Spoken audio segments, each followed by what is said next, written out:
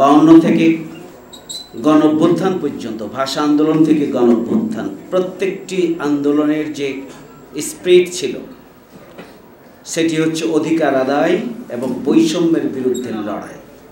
52 ভাষা আন্দোলন, অধিকার আদায়ের আন্দোলন এবং বৈষম্যের বিরুদ্ধে আন্দোলন। অধিকাংশ মানুষের ভাষা বাংলা, অথচ উর্দুকে চাপিয়ে দেওয়া হবে, এটি ছিল বৈষম্য। 69-এর গণঅভ্যুত্থান, 71-এর স্বাধীনতা আন্দোলন। 71-এর স্বাধীনতা আন্দোলনের সূচনা হয়েছিল বৈষম্যের বিরুদ্ধে অধিকার প্রতিষ্ঠার আন্দোলনের ধারাবাহিকতায়। 71-এর স্বাধীনতা আন্দোলন 9 মাস দীর্ঘ লড়াই সংগ্রামের মধ্য দিয়ে আমরা নতুন বাংলাদেশ পেয়েছিলাম।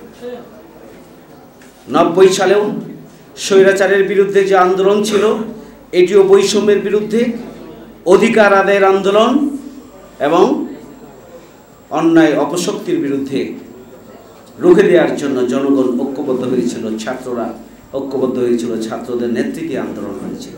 24-এর গণঅভ্যুত্থান বৈষম্যের বিরুদ্ধে অধিকার প্রতিষ্ঠার লড়াইয়ের ধারাবাহিকতাই আমাদের 24-এর গণঅভ্যুত্থান সংঘটিত হয়েছে। আজকে আমাদেরকে পরিষ্কারভাবে যে জিনিসটি মাথায় রাখা দরকার যে 52 ভাষা আন্দোলনের অপ্রতিরোধ্য জনগণ তাদের তেমনিভাবে দাবি আদায় করেছিল। ইতিহাসের বাঁকে বাঁকে আমরা দাবি আদায় করেছি এবং 24-এর গণঅভ্যুত্থানে 15.5 বছরে জেগে বসা ফ্যাসিস্ট অপশক্তির বিরুদ্ধে, লেডি হিটলারের বিরুদ্ধে দেশের জনগণ ঐক্যবদ্ধ হয়েই এই বাংলাদেশকে জনগণের বাংলাদেশে পরিণত করেছে। সম্মানিত সুধী মণ্ডলী, আমাদের এই যে অধিকার প্রতিষ্ঠার আন্দোলন, এদেশের জনগণ এবং বাংলাদেশ অপ্রতিরোধ্য। যদি কেউ মনে করেন রাষ্ট্রশক্তিকে কাজে লাগিয়ে ক্ষমতায় গিয়ে জামাত ইসলামীকে আপনারা আবারও জনগণের কাতারে দিয়ে পছন্দ মতো রাষ্ট্রে বৈষম্য তৈরি করবেন, জনগণের অধিকার নষ্ট করবেন, দলবাজি করবেন, চাঁদাবাজি করবেন, টেন্ডারবাজি করবেন, জনগণের অধিকার নিয়ে ছিনিমিনি খেলবেন, বাংলাদেশের এই অপ্রতিরোধ্য জনগণ তা বরদাস্ত করবেন না। আজকে আমাদের সামনে চ্যালেঞ্জ কি? আমাদের আশার আলো হচ্ছে জনগণ অপ্রতিরোধ্য, বাংলাদেশ অপ্রতিরোধ্য, কোনো অপশক্তির কাছে বাংলাদেশ মাথা নত করবে না। এটি আমাদের জন্য আশার দিক, এটি হচ্ছে আমাদের শক্তি।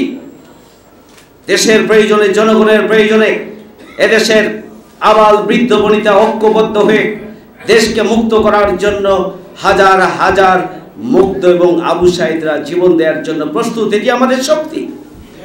কিন্তু আমাদের চ্যালেঞ্জ, 1 নম্বর চ্যালেঞ্জ হচ্ছে ইতিহাস বিকৃতি।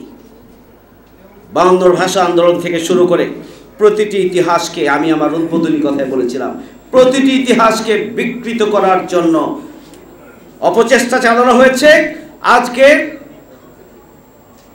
24-এর গণঅভ্যুত্থানের ইতিহাসকেও বিকৃতি করার জন্য বহু ধরনের নোংরা রাজনীতি চলছে, খুবই দুঃখজনক। আমাদের সামনে চ্যালেঞ্জ হচ্ছে এই রাষ্ট্র 15.5 বছরে পৌঁছে গিয়েছে রাষ্ট্রের বিভিন্ন সেক্টর, বিভিন্ন স্তর, বিভিন্ন ডিপার্টমেন্ট এবং রাষ্ট্র পরিচালনার বিভিন্ন দিক এবং বিভাগ, গুরুত্বপূর্ণ সাংবিধানিক প্রতিষ্ঠান সহ সবগুলো আজকে বিধ্বস্ত, বিপর্যস্ত, ক্ষতিগ্রস্ত।